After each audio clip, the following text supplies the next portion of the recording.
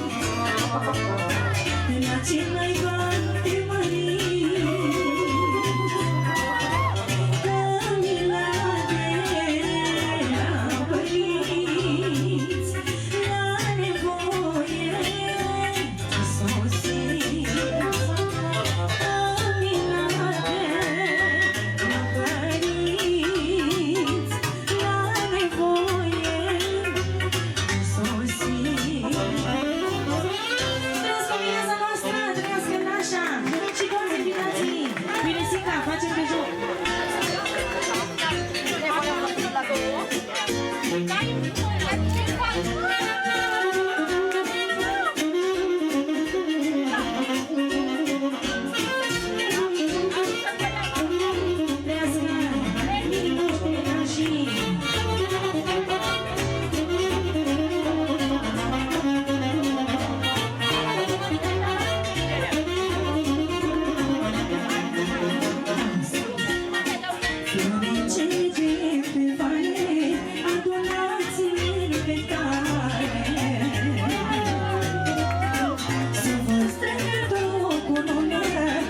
Nașa să-mi pună pe mână floricele de pe vale, adunați-le pe cale. Nașa să-mi pună pe mână, nașa să-mi nepună. Fă-ți nașa fina frumoasă, astăzi ea e mireasa. Pune-i nașa voal brodat, că de azi s-a măritat Fă-ți nașa fina frumoasă, de astăzi e mireasa. Pune-i nașa voal brodat, că de azi s-a măritat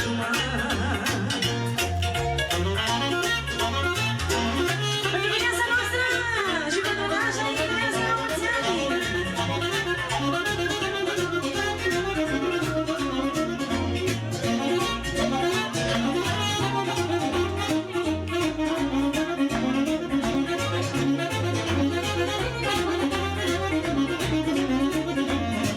Nașa eu stau în oglindă, iar mama plânge fetină.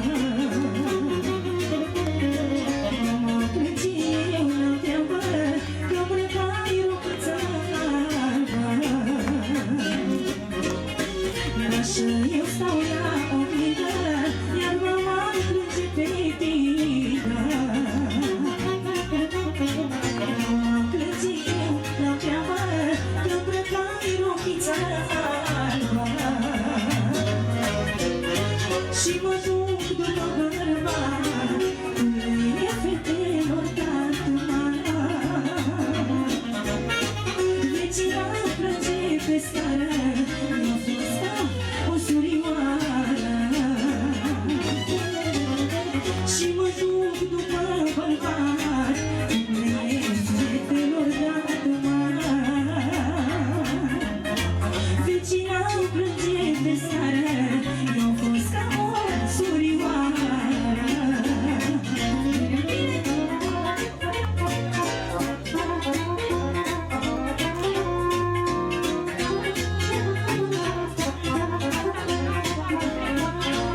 Numai și numai pentru viața noastră, pentru nașul și nașa.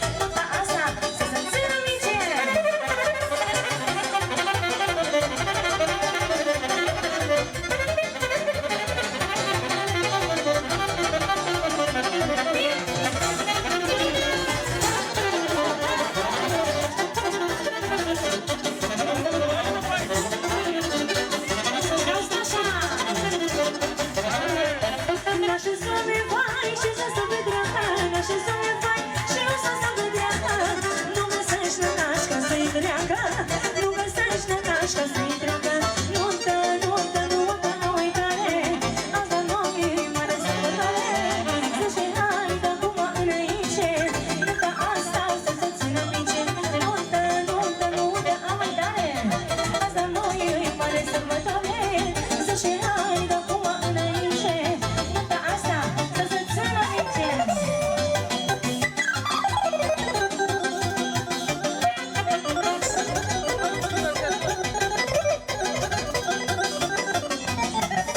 Trăiască Mirina și toată lumea! Bine, bine!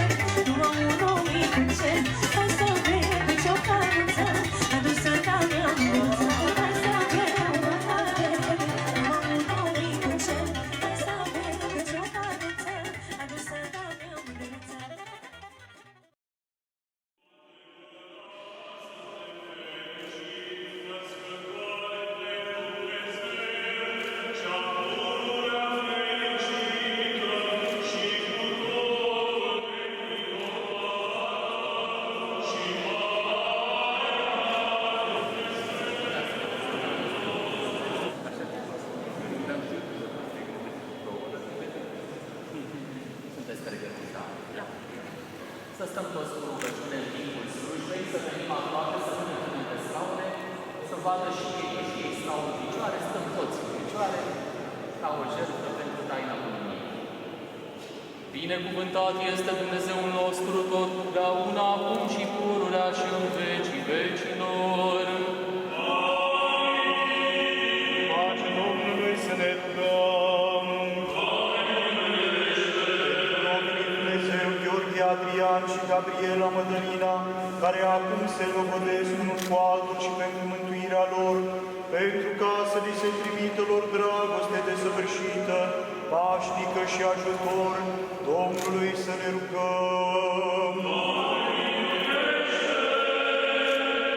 Pentru ca să fie ei păziți în viață și purtare fără prihană, ca Domnul Dumnezeul nostru să le dăruiască lor nuntă cinstită și viață neîntinată, Domnului să ne rugăm.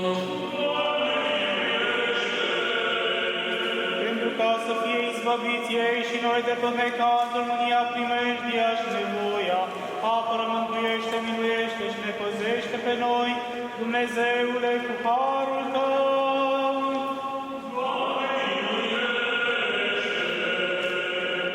Prea sfânta, curata, prea binecuvântata, slăvită stăpâna noastră, de Dumnezeu născătoarea și pururea Fecioara Maria, cu toți sfinții pomenind-o.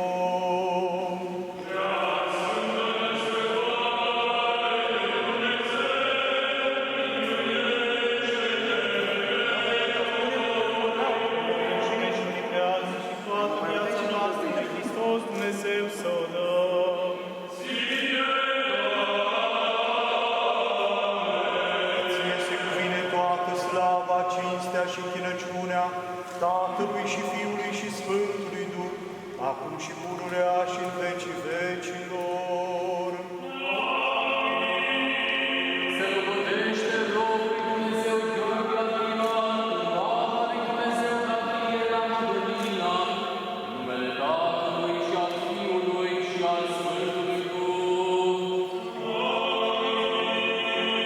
Se locuiește robul Dumnezeu Gheorghe Adrian, Doamne Dumnezeu Gabriela Madalina, numele Tatălui și al Fiului și al Sfântului Duh.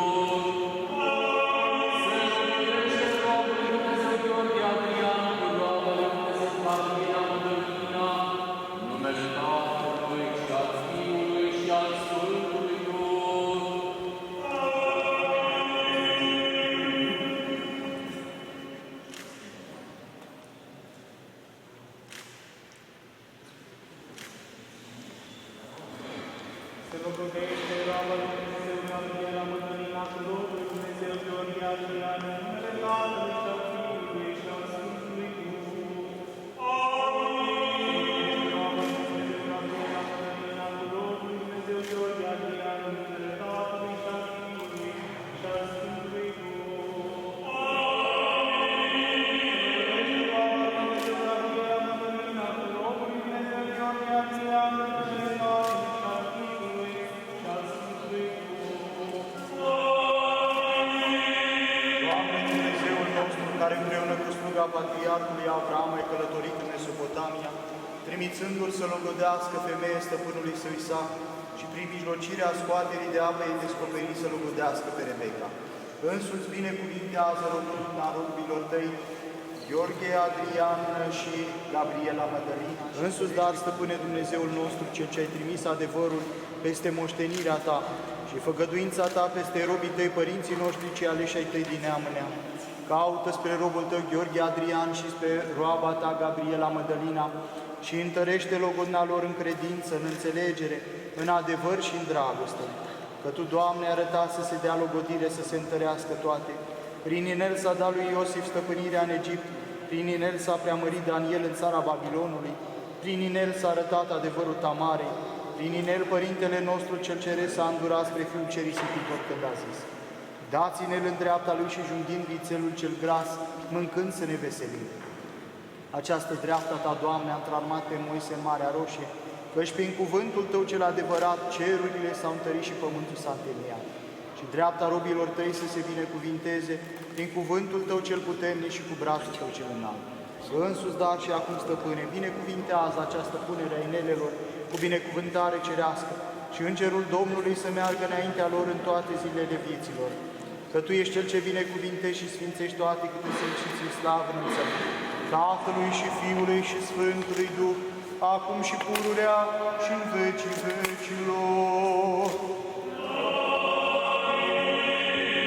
Binecuvântată este împărăția Tatălui și a Fiului și a Sfântului Duh, acum și pururea și în vecii vecilor. În pace Domnului să ne rugăm. Pentru robii lui Dumnezeu Gheorghe Adrian și Gabriela Madalina, care acum se însoțesc și după altul prin taina anunții și pentru mântuirea lor, Domnului să ne rugăm.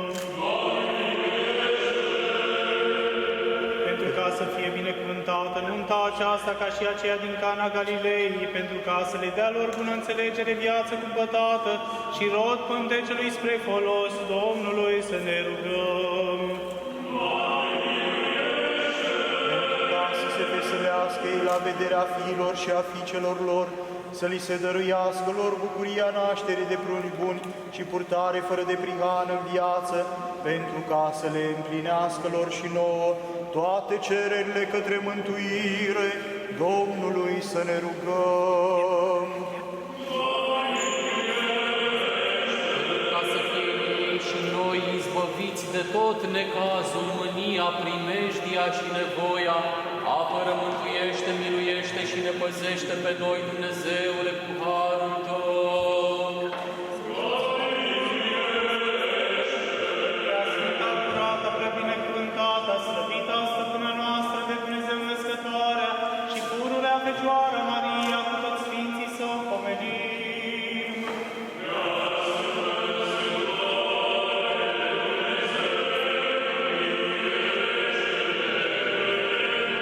Pe noi înșine și unii pe alții și toată viața noastră, lui Hristos Dumnezeu să o dăm.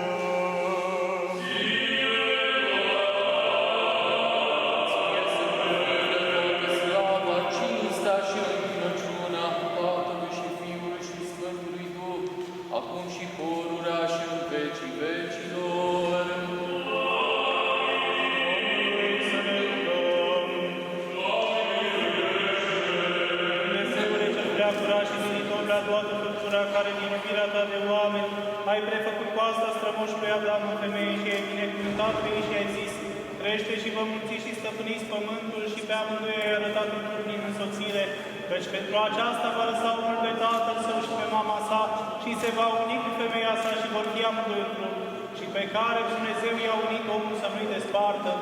Cel ce-ai binecuvântat pe robul tău Abraham și ai deschis pântecele Sarei și l-ai făcut tată al multor neamuri, cel ce-ai dăruit pe Isaac Rebecăi și ai binecuvântat nașterea ei, care ai însoțit pe Iacov cu Rahela și din ei ai arătat 12 patriarhi, cel ce ai însoțit pe Iosif cu Asineta și le-ai dăruit lor pruși pe Efrem și pe Manase, care ai primit pe Zaharia și pe Elisabeta și le-ai dat lor frunte înainte mergătorul, cel ce din rădăcina lui Esei după trup ai crescut pe pururea Fecioara și din ea te-ai înțepat și te-ai născut spre mântuirea neamului omenesc, care pentru negrăitul tău dar și multa bunătate ai venit în Cana Galilei și nunta care era acolo ai binecuvântată ca să arăți că din voia ta se face însoțirea cea după lege și nașterea de frunci din această însoțire. Însuți, Stăpâne Preasfinte, primește rugăciunea noastră a robilor tăi și precum acolo și aici fiind de față cu ajutorul tău cel nevăzut, binecuvintează nunta aceasta și dă robilor tăi Gheorghe, Adrian și Gabriela Mădălina viață pașnică, lungime de zile, înțelepciune, dragoste unuia către altul în legătura păcii, dar de prunci, seminție cu viață îndelungată, cu luna cea neveștejită a măririi. Învrednicește-i și le dea pe fiilor lor, păzește viața lor fără mântuială și le dă lor din roa celui de sus și din belșugul pământului. Umple casele lor de plug, de vin, de unde lemn și de toată bunătatea, ca să dea și celor lipsiți și le împlinește lor și celor ce sunt împreună cu ei toate cerurile cele pentru mântuire. Că Dumnezeu milostiv și îndurător și de oameni iubitori ești, și ție slavă înălțăm împreună și celui fără de început al tău, Părinte, și Preasfântului și Bunului și de viață Făcătorului tău Duh, acum și pururea și în vecii vecilor. Domnului să ne rugăm. Binecuvântat ești, Doamne, Dumnezeul nostru, Sfințitorul nunții celei tainice și preacurate, și legiuitorul nunții celei trupești, păzitorul nestricăciunii și chivernisitorul cel bun al celor de trebuință vieții. Însuși, Stăpâne, cel ce din început ai zidit pe om și l-ai pus pe el ca pe un stăpân al făpturii și ai zis: nu este bine să fie omul singur pe pământ, să-i face lui ajutor din trânsul. Și luând una din coastele lui, ai zidit femeie, pe care văzut-o Adam a zis: iată acum os din oasele mele și trup din trupul meu, aceasta se va numi femeie, căci din bărbatul său s-a bătea. Pentru aceasta va lăsa omul pe tatăl său și pe mama sa și se va uni cu femeia sa și vor fi amândoi un trup, și pe care Dumnezeu i-a unit omul să nu-i despartă.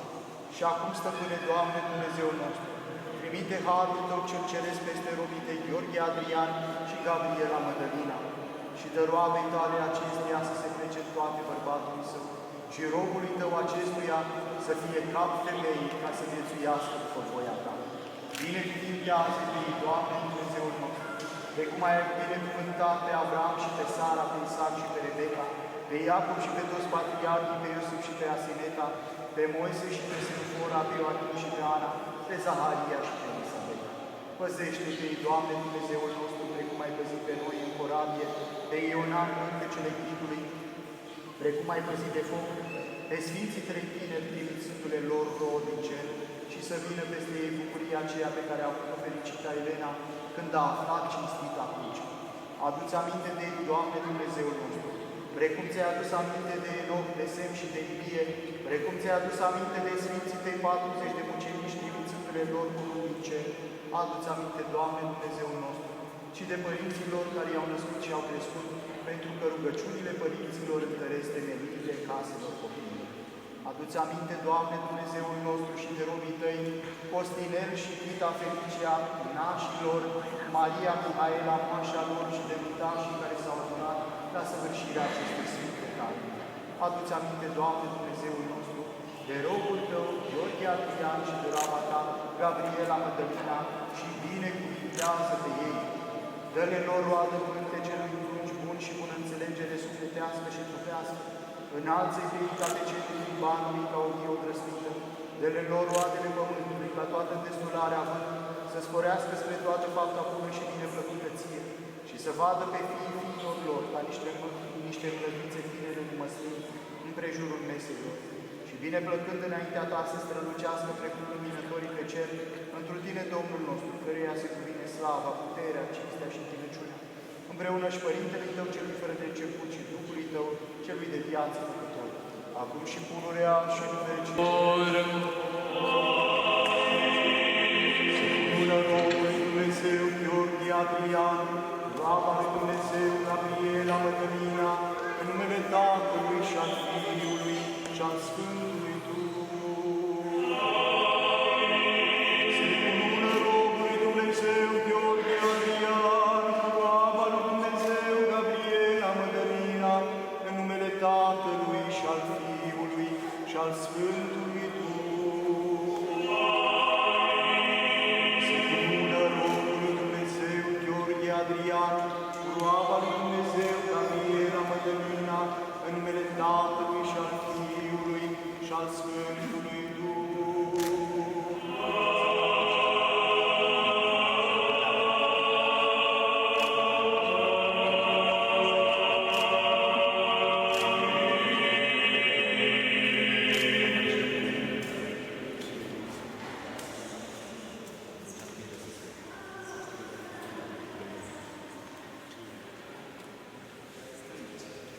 Se cunună roaba lui Dumnezeu, Gabriela Mădălina, cu robul lui Dumnezeu, Gheorghe Adrian, în numele Tatălui și al Fiului și al Sfântului Duh. Se cunună roaba lui Dumnezeu, Gabriela Mădălina, cu robul lui Dumnezeu, Gheorghe Adrian, în numele Tatălui și al Fiului și al Sfântului Duh.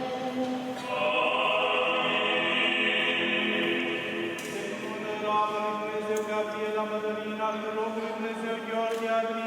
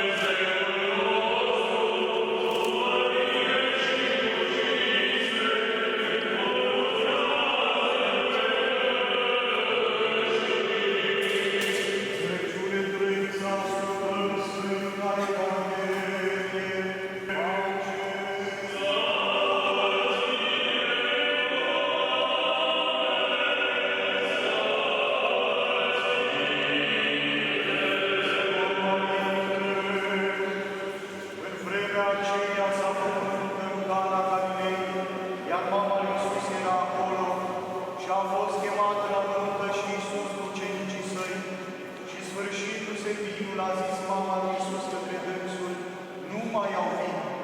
Iar Iisus i-a răspuns, ce ne privește pe mine și pe tine, femeie? Ceasul meu n-a venit încă. Mama lui a zis celor care slujeau să faceți ceea ce vă va spune. Și erau acolo 6 vase de apă făcute din piatră, puse pentru curățirea iudeilor și care luau de 2 sau 3 vede. Iisus le-a poruncit, umfleți vasele cu apă și le-au pus în sus. Apoi le-a zis, scoateți și aduceți Domnului și i-au adus.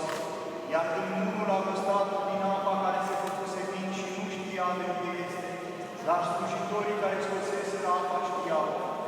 A chemat Domnul pe mine și a spus, orice om pune în vin vinul cel bun și când a vrut bine pune pe cel mai slab, dar tu ai ținut vinul cel bun până acum. Acest început al minunilor l-a făcut Iisus în Cana Galilei și și-a arătat slava sa. Și-au crezut în trânsul ucenicii săi.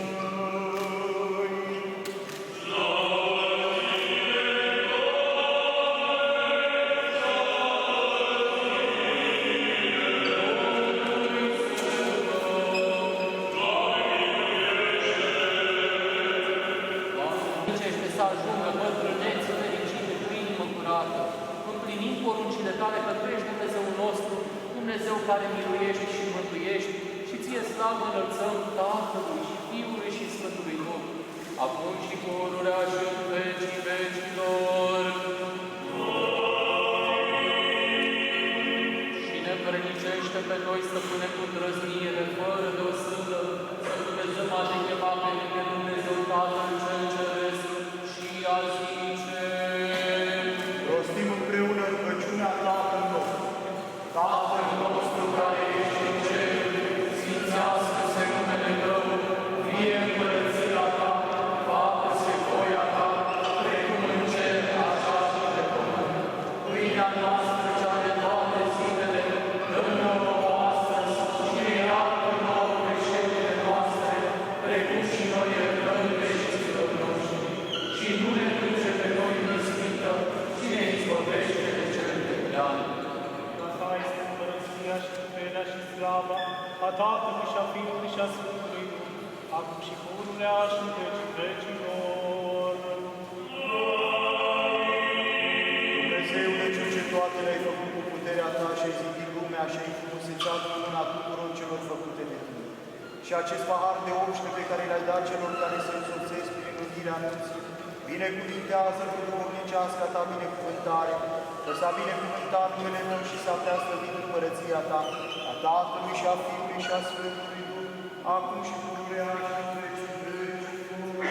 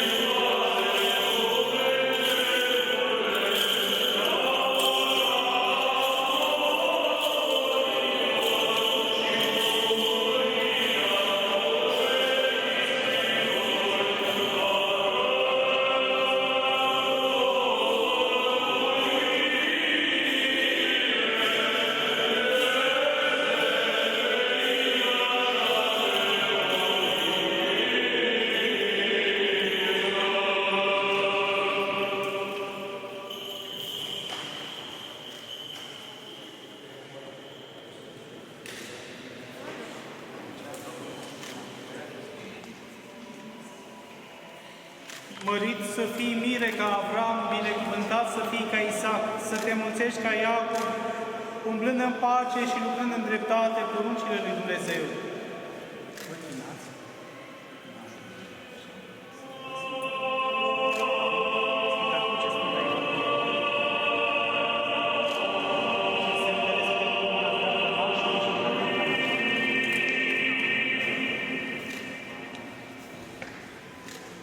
Așa, acum mireasa, acum să mă vedem. Mâna stângă și mâna dreaptă este mâna stângă. Așa dreaptă pe mână. Și tu, mireasă, mărită să fii ca Sara, să te veselești ca Rebecca, să te înmulțești ca Rahela, veselindu-te cu bărbatul tău și păzind rânduielile legii. Așa a binevoit Dumnezeu. Pentru mine să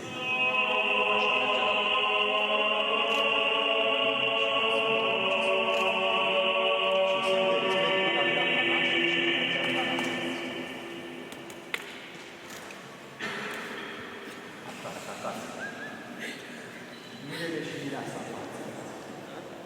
Mireasa, mâna dreaptă pe Sfânta Cruce, mâna dreaptă pe Sfânta Cruce. Și ascultați cu atenție.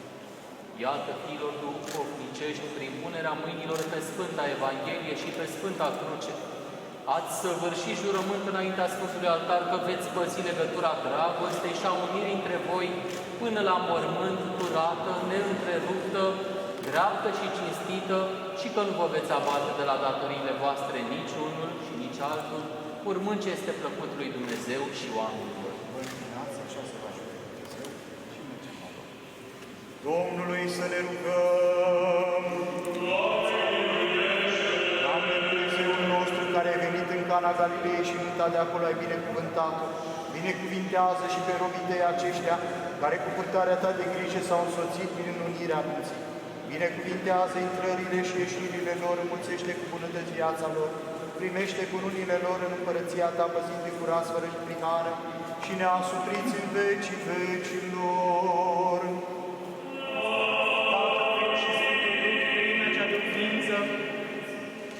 Și începătoare de viață, dumnezeire și o împărăție să vă binecuvinteze pe voi, să vă dea vouă viață îndelungată, naștere de prunci buni, spor în viață și în credință, să vă umple pe voi de toate bunătățile cele pământești și să vă învrednicească și de desfătarea bunătăților celor făgăduite, pentru rugăciunile preasfintei născătoare de Dumnezeu și ale tuturor Sfinților.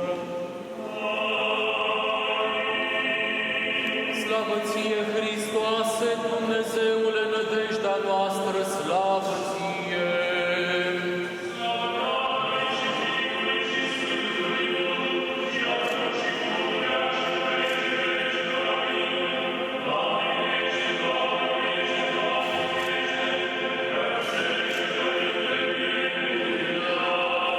Cel ce cu venirea sa în Cana Galilei a arătat nunta cinstită, Hristos, adevăratul Dumnezeul nostru, pentru rugăciunile preacuratei Maicii sale, ale Sfinților slăviților, întru tot lăudaților apostoli, ale Sfinților și întocmai cu apostolii împărații Constantin și Elena, ale Sfântului Mare Mucenic Procopie, ale Sfinților apostoli Petru și Pavel, ocrotitorii acestei familii și ale tuturor Sfinților, să ne miluiască, să ne mântuiască pe noi ca un bun și iubitor de oameni.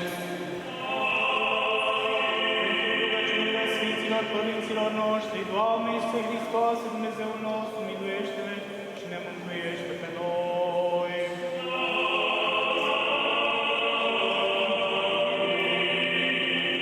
În numele Tatălui și al Fiului și al Sfântului Duh. Amin. Preacucernici, părinți împreună slujitori, dragi miri, dragi nași, dragă moașă și toți cei ce sunteți prezenți astăzi în Sfântă Catedrală Episcopală, ca să fiți alături de Adrian, Gheorghe și de Gabriela Mădălina la acest moment important din viața lor, și anume unirea într-un singur care să urmă pe tatăl său, pe mama sa, se va uni cu femeia sa și vor fi amândoi un trup, și pe care Dumnezeu i-a unit, omul să nu-i despară. Acest trup să-l respectați, să-l îngăduiți, să-l faceți frumos pentru mântuire. Astăzi v-ați îmbogățit în har și în binecuvântarea lui Dumnezeu. Mai mult de atât v-ați îmbogățit și în părinți. Domnii nași devin de astăzi părinții voștri ai familiei celei noi, înfăptuite astăzi în catedrala noastră.